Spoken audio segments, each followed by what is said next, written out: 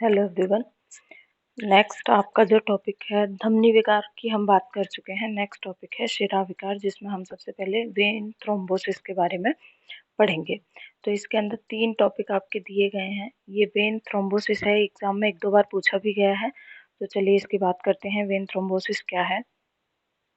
Vein thrombosis को in short अगर आप समझना चाहो तो क्या है कि अगर जो डीप वेन्स हैं, जो बॉडी में मसल्स के अंदर जो डीप वेन प्रेजेंट होती हैं, अगर उनके अंदर ब्लड क्लॉट बन जाता है तो उसको हम क्या कहते हैं, वेन थ्रोम्बोसिस कहते हैं। तो blood clot in deep veins usually in legs, mainly जो डीप वेन थ्रोम्बोसिस है या वेन थ्रोम्बोसिस है वो कौन से एरिया की मिलती है, हमें लेग रीजन की मिलती है। इसीलिए डेफिनेशन भी इसके लिए स्पेसिफाई कर दी गई है और कहा गया है ब्लड क्लॉट अगर डीप लेग की डीप वेन में ब्लड क्लॉट प्रेजेंट है तो उसको हम वेन थ्रोम्बोसिस या डीप वेन थ्रोम्बोसिस के नाम से जान सकते हैं।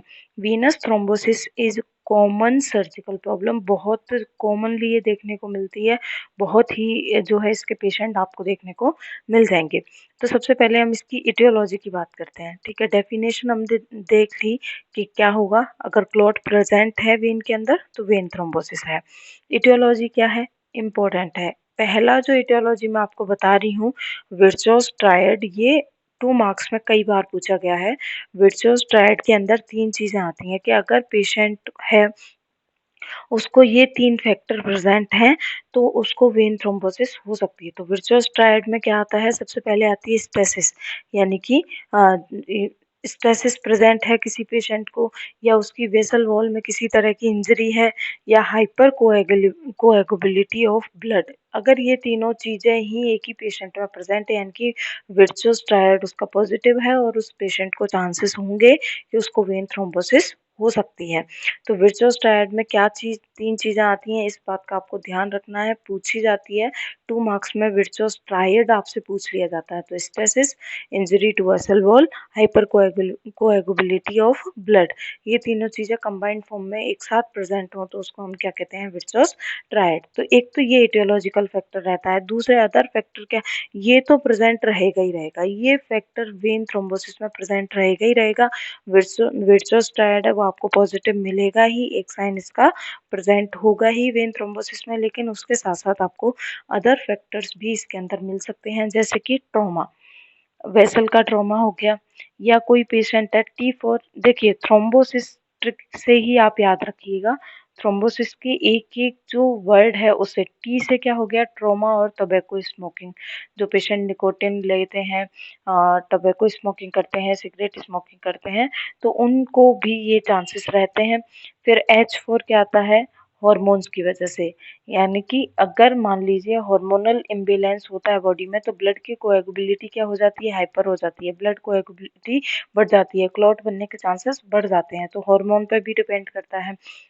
अगर हार्मोन इम्बैलेंस चल रहा है तो उस पेशेंट को भी वेन थ्रोम्बोसिस हो सकता है। R4 क्या है, रोड ट्रैफिक एक्सीडेंट हो गया, वहाँ पे वेसल की इंजरी हो गई और प्लेटलेट्स आ गई, क्लॉट फॉर्म हो गया, तो उस केसेस में। ओवर किसी ऑपरेशन के कॉम्प्लिकेशन के तौर पर, जैसे किसी पेशेंट की कोलेसिस्टेक्टोमी हुई है, ठीक है, तो उस पेशेंट का वहाँ पे वीनस कोई रप्चर हो गया, किसी तरीके का क्लॉट बन गया, तो उसकी वजह से भी वेन थ्रोम्बोसिस हो सकता है। M4 किसी को मैलिग्नेंसी है, जैसे कि किसी को ब्लड कैंसर है, तो स्लगिश ब्लड फ्लो है, मैलिग्नेंसी है, ब्लड कैंसर है, तो उसको वेन थ्रोम्बोसिस हो सकता है। B4 ब्लड डिसऑर्डर, जैसे पॉलीसाइथेमिया है ना, प्लेटलेट का नंबर इंक्रीज हो रहा है, पॉलीसाइथेमिया है, तो वहाँ पे भी चांसेस होते हैं वेन थ्रोम्बोसिस होने के। O4 ऑर्थोपेडिक सर्जरी किसी की, यानी कि लेग का फ्रैक्चर हो गया, फिबिया का फ्रैक्चर हो गया, टिबिया का फिबुला का फ्रैक्चर हो गया, टिबिया का फ्रैक्चर हो गया, वहाँ पे वेन रप्चर हो गई, तो वो ऑर्थोपेडिक सर्जरी में। या किसी को डायबिटीज है, ओल्ड एज पेशेंट में ये देखने को मिलता ही है। फिर S4 आता है किसी को सीरियस इलनेस है, जैसे स्ट्रोक है, मायो हार्ट प्रॉब्लम है, तो हार्ट प्रॉब्लम में भी क्लॉट फॉर्मेशन के चांसेस ज़्यादा होते हैं, एम्बोलिज्म और थ्रोम्बोसिस होने के चांसेस ज़्यादा होते हैं। I4 इमोबिलाइजेशन, कोई पेशेंट बहुत कंटिन्यू एक ही कंडीशन में रहता है, एक ही पोजीशन में रहता है, इमोबिलाइजेशन में रखा गया है उसको, जैसे कि पैर टूट गया है, हाथ टूट गया है, तो उस कंडीशन में अगर उसको रखा गया है तो वहाँ पे भी उस वेन में जो है क्लॉट फॉर्म हो सकता है, इन्फेक्शन की वजह से हो सकता है। एज फॉर स्प्लीनेक्टोमी, कराई है किसी ने स्ट्रेस की वजह से या शॉक की वजह से। तो थ्रोम्बोसिस स्ट्रक से आप ये सारे एटियोलॉजिकल फैक्टर्स याद रख सकते हो। आपसे केवल 2 मार्क्स में इसके एटियोलॉजिकल फैक्टर्स पूछे जा सकते हैं। फिर हम टाइप की बात करें तो टाइप ऑफ वीनस थ्रोम्बोसिस क्या होंगे? सबसे पहले 2 तरीके का होता है, एक ये सुपरफिशियल होता है और एक होता है ये डीप। तो सबसे पहले बात करते हैं सुपरफिशियल वीनस थ्रोम्बोसिस की। सुपरफिशियल वीनस थ्रोम्बोसिस को हम फ्लेबाइटिस भी कहते हैं, थ्रोम्बोफ्लेबाइटिस, ठीक है। तो इस दोनों ही नाम याद रखिएगा, एग्जाम में क्वेश्चन आपसे किसी भी नाम से पूछा जा सकता है। तो सुपरफिशियल वीनस थ्रोम्बोसिस में होगा क्या, मेनली जो है वेरिकोज वेन और आउटर इंट्रावीनस इन्फ्यूजन में पाया जाता है। जो वेरिकोज वेन जो लेग में प्रेजेंट है उनमें सुपरफिशियल वीनस थ्रोम्बोसिस ज़्यादा देखने को मिलता है। यदि किसी पेशेंट को पॉलीसाइथेमिया है, पॉलीआर्थराइटिस है, पॉलीआर्थराइटिस मतलब मल्टीपल जॉइंट उसमें इन्वॉल्व्ड हों, बर्जस डिजीज है, मैं पढ़ा चुकी हूँ आपको, किसी को विसरल या ब्लड कैंसर है, तो उसमें आपको एसवीटी यानी कि सुपरफिशियल वीनस थ्रोम्बोसिस ज़्यादा उन पेशेंट में आपको देखने को मिलेगा जिनको पॉलीसाइथेमिया है, पॉलीआर्थराइटिस है, बर्जस डिजीज है या ब्लड कैंसर है। इसको हम थ्रोम्बोफ्लेबाइटिस भी कहते हैं। इसमें क्या है, टार्सूस जो साइन है बताऊंगी मैं आपको, वो पॉजिटिव मिलेगा। क्लिनिकल फीचर क्या है, पेशेंट जो है सबसे पहले जो उसकी लेग रीजन है, जो वेरिकोज वेन वाला एरिया है, उस एरिया पर मतलब पेनफुल उसको बर्निंग होती है उस जगह। तो patient usually complain of painful cord like inflamed area. जो उसकी वेन है वहाँ पे फ्लेबाइटिस वेन का भी इन्फ्लामेशन चल रहा है और पेनफुल इन्फ्लामेशन होगा, आते ही बोलेगा कि नीचे जो पैर है, जो फुट वाला रीजन है, जो वेरिकोज वेन वाला एरिया है, उस एरिया पे उसको जो है पेनफुल इन्फ्लामेशन स्वेलिंग देखने को मिलेगी और पेन तो उसके रहेगा ही रहेगा। और इन्फ्लामेशन है इसलिए वहाँ पर रेडनेस मिलेगी, टेंडरनेस मिलेगी, हाथ भी नहीं लगाने देगा, इतनी टेंडरनेस होगी। लोकल इंड्यूरेशन जो फ्लूइड है उसका आउटकम होगा, उस लोकल एरिया पर फ्लूइड का कलेक्शन देखने को मिलेगा इन्फ्लामेशन की वजह से। लोअर एक्सट्रीमिटीज की when should be belt examination in standing position. एक सेकेंड, हाँ, जो लोअर एक्सट्रीमिटीज की वेन है उनका एग्जामिनेशन आपको स्टैंडिंग पोजीशन में करना है, यानी कि पेशेंट को आपको 1-2 मिनट तक खड़े रहना है, इतने में ही वहाँ पे स्वेलिंग और फ्लूइड का एक्यूमुलेशन या इन्फ्लामेशन आपको देखने को मिल जाएगा। तो लोअर एक्सट्रीमिटीज की वेन में अगर थ्रोम्बोसिस है तो उसके लिए आपको पेशेंट को स्टैंडिंग पोजीशन में एग्जामिन करना पड़ेगा। फिर उसके बाद आते हैं इसका ट्रीटमेंट, जो इसके केसेस बहुत ज़्यादा देखने को नहीं मिलते हैं।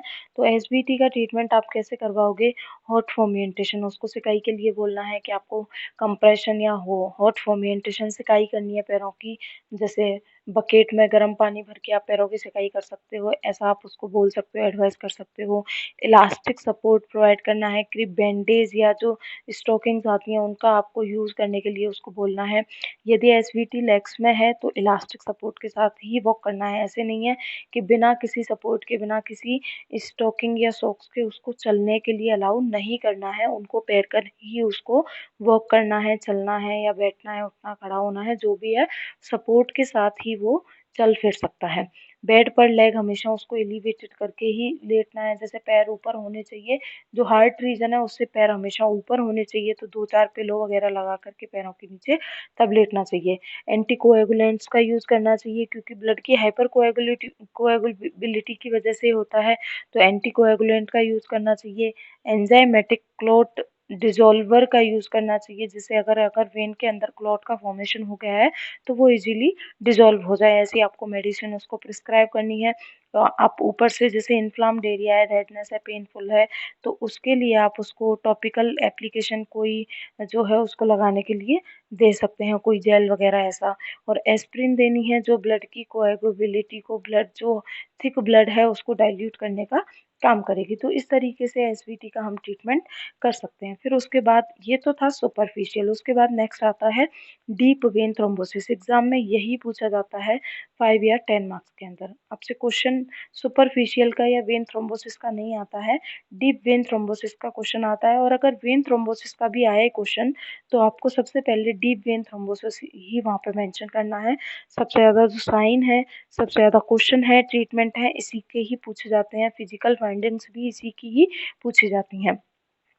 तो जैसे उसको हमने नाम दिया था थ्रोम्बोफ्लेबाइटिस, इसी तरीके से इसको कहते हैं फ्लेबोथ्रोम्बोसिस। तो डीप वेन थ्रोम्बोसिस को फ्लेबोथ्रोम्बोसिस भी हम कहते हैं। डीवीटी क्वेश्चन केवल डीवीटी शॉर्ट फॉर्म से भी पूछा जा सकता है, तो कंफ्यूज मत होइएगा कि डीवीटी क्या है, डीप वेन थ्रोम्बोसिस ही। तो डीवीटी की कंडीशन में थ्रोम्बस के लोकल साइन सिम्टम बहुत कम आते हैं। जैसे हमें सुपरफिशियल में पता चल रहा था बाहरी इन्फ्लेमेशन हो रहा है, तो हमें पता चल रहा था रेडनेस हो रही है, पेन भी होगा, लेकिन डीप वेन में पेन भी इतना नहीं होता है, साइन आपको ज़्यादा नहीं मिलते हैं। इसलिए होता क्या है, लंबे टाइम तक पेशेंट को पता ही नहीं चलता है कि उसको डीपीटी है, डीवीटी है, तो वो ट्रीटमेंट भी नहीं लेता है। इसीलिए ये क्या है, एक फैटल कंडीशन है, क्योंकि क्लियर साइन सिम्टम इसके आते नहीं है, पेशेंट को कंफर्मेशन मिलता नहीं है, वो डॉक्टर के पास जाता नहीं है और उसको ट्रीटमेंट टाइम पे नहीं मिलता। इसीलिए ये क्या है, एक फेटल कंडीशन है, यानी कि डेथ भी इसमें पेशेंट्स की होती है। इसमें एम्बोलाई वीनस वॉल से डिटैच हो करके और कहाँ चला जाता है, सर्कुलेशन में चला जाता है और पल्मोनरी एम्बोलिज्म कॉज कर देता है। तो यहाँ जैसे वहाँ पे भी क्लॉट बन रहा था, लेकिन उसका पेशेंट को पता चल जाता है, तो टैबलेट्स लेगा, क्लॉट डिजॉल्व हो जाएगा। यहाँ पे पता नहीं चलेगा, तो एक एक टाइम बाद जब भी क्लॉट बनेगा, वो उस वॉल से डिटैच होकर के सर्कुलेशन में चला जाता है, और अगर वो लंग्स तक और हार्ट के लेवल तक पहुंच गया, तो वहाँ पे वो थ्रोम्बोसिस क्रिएट करेगा, जिसकी वजह से पेशेंट की डेथ हो सकती है। इटियोलॉजी वही रहेगी जो हमने सबके लिए पढ़ी थी, तो सेम ही है, वही विट्ज़ोस्ट्राइड आपको पॉजिटिव मिलेगा। Thrombus may be begin in venous tributary of the main vein, then calf is the most frequent site of thrombosis। इसीलिए हम लेग रीजन का ही पढ़ते हैं, जो काफ मसल में जो डीप वेन प्रेजेंट है, उनके अंदर डीवीटी ज़्यादातर हमें देखने को मिलता है। क्लिनिकल फीचर्स क्या होंगे, डीवीटी मेनली असिम्टोमेटिक। सबसे पहली बात तो यही है कि पता क्यों नहीं चलता है, असिम्टोमेटिक है, साइन सिम्टम इसके ज़्यादा आते नहीं हैं, केवल 40% पेशेंट में ही क्लिनिकल सिम्टम प्रेजेंट होते हैं, बाकी 60% पेशेंट में ये कैसे रहते हैं, असिम्टोमेटिक रहते हैं, सिम्टम उनमें आते ही नहीं है। मेन सिम्टम क्या होगा, पेन होता है इनको।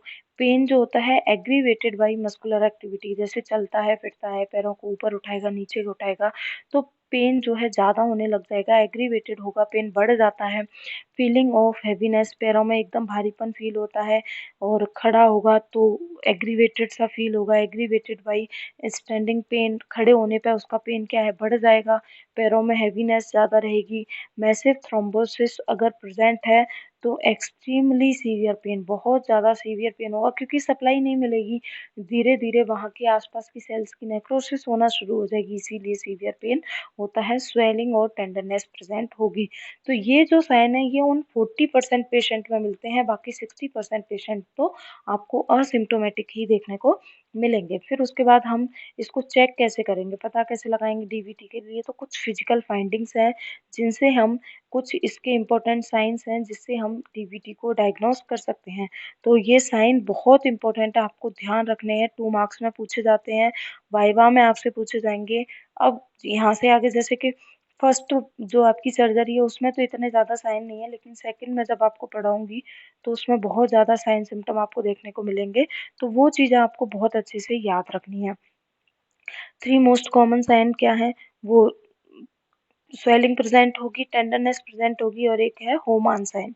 ये क्या होता है, इसकी बात करते हैं। होमान साइन क्या होता है, ये जो है पॉजिटिव मिलेगा आपको डीवीटी के पेशेंट में। तो क्या होता है, passive forceful dorsiflexion of the foot with extended knee will cause pain in calf. यदि पर्सन खड़ा होता है, ठीक है, और अपने फुट को तो वो जानबूझ करके, यानी कि फोर्सफुल फुट का तो कराए डोर्सीफ्लेक्शन, और नी रहे एक्सटेंडेड पोजीशन में, तो उस पेशेंट का नी अगर एक्सटेंडेड पोजीशन में है और फुट को डोर्सीफ्लेक्स कराया जाए, ऊपर की ओर उठाया जाए, तो क्या होगा, काफ रीजन में बहुत सीवियर पेन होता है। तो डॉक्टर को समझ जाना है कि होमन साइन पॉजिटिव है, यानी कि इस पेशेंट को डीवीटी है। ठीक है, इसमें कौन कौन सी मसल जो है इन्वॉल्व रहती हैं, सोलियस मसल, और जो है गैस्ट्रोसिनेमियस मसल, इन मसल्स के अंदर सीवियर पेन होता है। इनमें इनकी क्यों होता है? क्योंकि इन मसल में जो डीप वेन रन कर रही हैं उनके अंदर थ्रोम्बस प्रेजेंट होगा। ठीक है, तो होमन साइन आपको कहाँ पॉजिटिव मिलेगा? डीवीटी में पॉजिटिव मिलेगा। और क्या है वो हमने बात कर ली। फिर एक साइन आता है मोस साइन। मोस साइन में क्या होता है? जेंटल स्क्वीजिंग, सुनना ध्यान से। जो काफ रीजन है, जो हेमिस्ट्रिंग रीजन है, अगर उसको दबाया जाए, जेंटली स्क्वीजिंग उसकी की जाए, हल्के हल्के जैसे पैर दबाते हैं ना, बिल्कुल उसी तरीके से। तो gentle squeezing of the lower part of the calf from side to side क्या होगा? पेनफुल। यानी कि दोनों साइड से पैर की जेंटल स्क्वीजिंग किया जाए, पैर को दबाया जाए आराम आराम से, जैसे हम पैर दबाते हैं काफ रीजन में लोअर वाले पार्ट पर, तो क्या होगा? पेनफुल मिलता है। तो मोस्ट साइन पॉजिटिव है। कहाँ पर है ये? साइड टू साइड उसको स्क्वीज करते हैं, दबाते हैं लोअर पार्ट को, तो फिर क्या है? मोस्ट साइन पॉजिटिव है। फिर आता है न्यू होप साइन। ये क्या होता है? Thickening and deep tenderness is elicited while palpating deeply in calf muscle. Calf muscle को आप पाल्पेट करते हो तो वहां पे अगर टेंडरनेस प्रेजेंट है, ठीक है, और काफ मसल की थिकनेस अगर बढ़ रही है, तो न्यू होप साइन भी आपको पॉजिटिव मिलेगा। तो हमने 3 साइन की बात की थी, न्यू होप साइन, मोस साइन और होमान साइन। ये तीनों आपको डीवीटी के अंदर पॉजिटिव मिलेंगे। इन्वेस्टिगेशन में आपको डिटेल नहीं पढ़नी है, केवल ये नाम ही याद रखने हैं कि इन्वेस्टिगेशन में आपको क्या क्या करवाना है। तो फ्लीबोग्राफी करवा सकते हैं, डॉपलर अल्ट्रासाउंड करा के वेन की पोजीशन देख सकते हैं, ड्यूप्लेक्स अल्ट्रासाउंड करा सकते हैं, और फ्ली थायो थ्रोम्बोग्राफी करवा सकते हैं। ठीक है, तो इस तरीके से इसको आप इन्वेस्टिगेट डायग्नोस करवा सकते हो। ट्रीटमेंट में सबसे पहले तो कंजर्वेटिव ट्रीटमेंट, यानी कि पेशेंट को वो सारे जो इटियोलॉजिकल फैक्टर्स है उनसे बचा के हमें रखना है, जिससे उसको थ्रोम्बोसिस ना हो। फिर भी उसके बाद हमें पेशेंट को बेड रेस्ट बोलना है 7 दिन के लिए, तो प्रॉपर बेड रेस्ट बोलना है उसको। रेस्ट के कारण जो थ्रोम्बाई वेन वॉल से चिपका ही रहेगा, वहां से डिटैच नहीं होगा, जिससे पल्मोनरी एम्बोलिज्म कॉज ना हो। इसलिए 7 दिन तो कंटिन्यू उसको बेड रेस्ट पे रखना ही है। Prevent formation of pulmonary embolism, तो क्यों कराते हैं बेड रेस्ट? समझ में आ गया। क्योंकि अगर वो चलता फिरता रहेगा तो हो सकता है जो थ्रोम्बस है वो वहाँ वॉल से डिटैच हो गया और पल्मोनरी एरिया में पहुंच सकता है। लेग को एलिवेट करके रखना है, एंड इलास्टिक स्टॉकिंग का यूज हमेशा करना है। जब भी चले, खड़ा हो, चले फिरे, कुछ भी काम करे, हमेशा स्टॉकिंग उसको पहन के रखनी है। पैरों को एलिवेटेड रखना है। Standing and sitting should be prohibited. ना तो फ्रिक्वेंटली उसको खड़े होना है, ना ही बार बार बैठना है। This prohibition should be for not less than 6 month. यानी कि 6 मंथ तक तो मिनिमम उसको खड़ा बैठे रहना, हमेशा कंटिन्यू क्या है, उसको लेटे ही रहना है, वो भी लेग एलिवेटेड करके। बैठना, खड़े होना, ये उसको अलाउ नहीं करना आपको 6 महीने तक। मेडिकेशन आप उसके लिए क्या हेपेरिन दे सकते हैं, वॉरफेरिन दे सकते हैं, और जो है फिनाइनडियोन डियोन दे सकते हैं। ये जो है उसके ब्लड के कोएगुलिटी को क्या करेंगी? कम करेंगी। फाइब्रोनालाइटिक ड्रग्स दे सकते हैं, जैसे क्लॉट फॉर्म ना हो, स्ट्रेप्टोकाइनेस का यूज कर सकते हैं। और अगर किसी चीज से ठीक नहीं हो रहा है तो फिर आपको ऑपरेटिव ट्रीटमेंट उसका कराना पड़ेगा, जैसे बाईपास प्रोसीजर का करा सकते हो, फार्मा ऑपरेशन है, बल्ब जो उसके, क्योंकि इन वेन के क्या है, अगर वॉल्व अगर खराब हो जाते हैं तो ये थ्रोम्बस होता है। वेन के अंदर वॉल्व प्रेजेंट होते हैं, आर्टरी के अंदर वॉल्व प्रेजेंट नहीं होंगे, आप जानते हो। तो वॉल्वुलर रिपेयर करा सकते हैं, वाल्व ट्रांसप्लांट करा सकते हैं, क्योंकि अगर ये वॉल्व डैमेज हो जाते हैं तो भी क्लॉट फॉर्म हो सकता है। वीनस थ्रोम्बोक्टमी करा सकते हैं, जिस वेन में थ्रोम्बोसिस प्रेजेंट है उस वेन को ही जो है लाइगेट करा के अलग काट करके अलग किया जा सकता है। तो इस तरीके से हम थ्रोम्बोसिस को ट्रीट कर सकते हैं। थ्रोम्बोसिस के 2 टाइप थे, हमने दोनों की बात की, सुपरफिशियल और डीप। टॉपिक इंपॉर्टेंट है, एग्जाम में 5 या 10 मार्क्स में पूछा जा सकता है, इसलिए इसको ध्यान से पढ़िएगा। और कुछ चीज़ आपको समझ नहीं आई हो तो आप कभी भी पूछ सकते हो। Thank you.